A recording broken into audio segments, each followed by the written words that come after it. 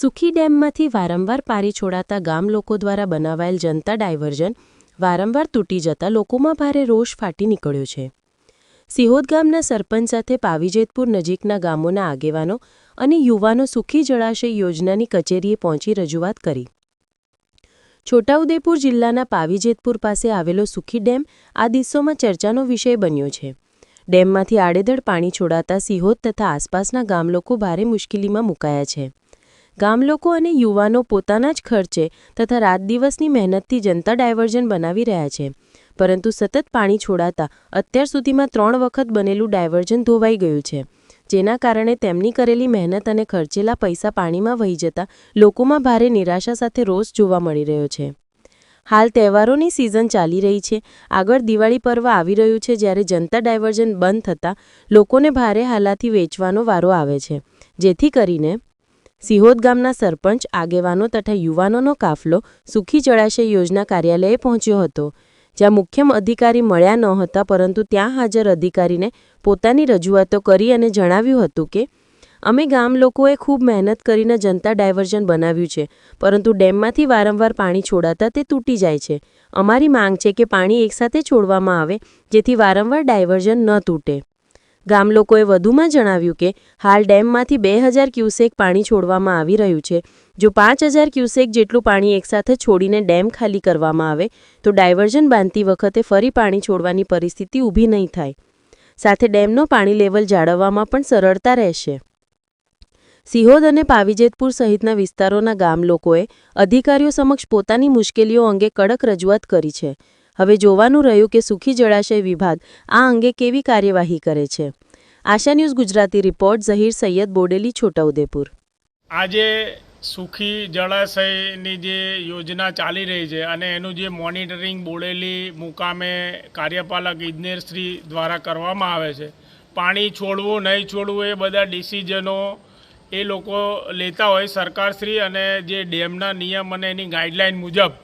આજરોજ સિહોદના સરપંચશ્રી અને દીપકભાઈ તથા બીજા અન્ય યુવાનો આજે અહીંયા ગાડી રજૂઆત માટે આવ્યા હતા કે સાહેબ તમે પાણી છોડો, રૂલ લેવલ તમારું જળવાય, તમે પાણી નિયમ અનુસાર છોડો, અમને એની સાથે કોઈ વાંધા વિરોધ નથી, પણ અમારો ખાલી રજૂઆત એટલી જ છે કે તમે આ પાણી જે છોડો છો એ તમે 2000 છોડો છો તો એની જગ્યાએ તમે 5000 હામટું પાણી છોડી દો, જેથી કરી જે ડાયવર્ઝન અમે 3 દિવસ પહેલાં યુવાન સાથીઓ બધા ભેગા મળી,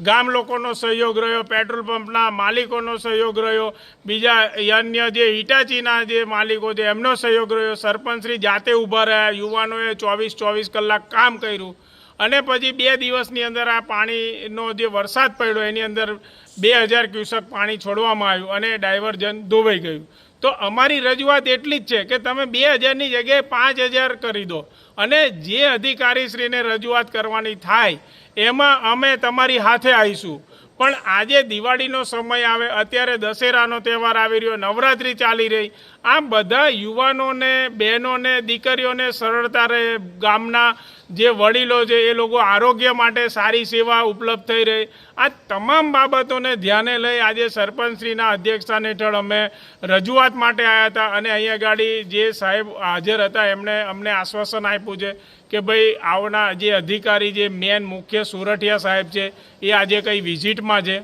એટલે એમને મળી શકાયું નહીં, પણ એમણે અમારી રજૂઆત સાંભળી છે અને ઉપર કન્વે કરવા માટે પણ કહ્યું છે। એટલે અમારી વિનંતી એટલી જ છે, વહીવટી તંત્રને પણ એટલી છે, તમે હજુ બનાવતા નહીં, વહીવટી તંત્ર સરકારી વિભાગ હજુ એને બનાવતા નહીં, અને જ્યારે ગામ લોકો બનાવે છે ત્યારે પાણીનો જે રૂલ લેવલ છે એ જાળવવા માટે પણ પાણી ડેમમાંથી છોડવું પડે, અને ડેમની અંદર અત્યારે જે પરિસ્થિતિનું નિર્માણ છે કે નવીનીકરણ થઈ રહી છે તમામ કેનલો, એટલે એ વિસ્તારમાં પાણી છૂટતું નહીં, તો એ બધો પાણીનો સ્ટોરેજ એક સામટો થઈ ગયો છે। તો એવા સંજોગોની અંદર મહેરબાન કલેક્ટરશ્રીને પણ આપના માધ્યમથી વિનંતી છે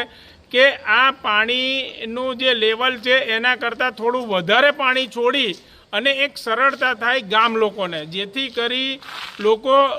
આવી જાય અને સરળતાથી જઈ શકે, કારણ કે 40 કિલોમીટરનો ફેરો લોકો ફરી ફરીને થાકી ગયા છે।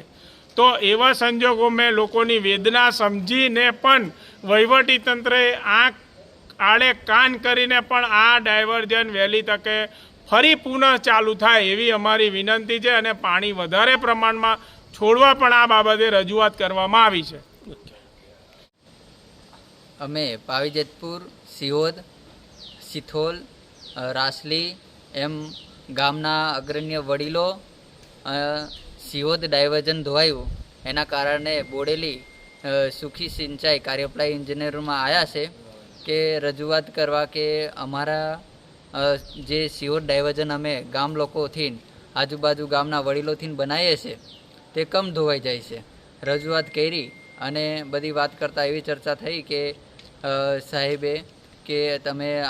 ફરીથી બી સાહેબ આવશે તો તમને જાણ કરીશું, બોલાવીશું. શું નામ તમારું? અજયભાઈ, સરપંચ.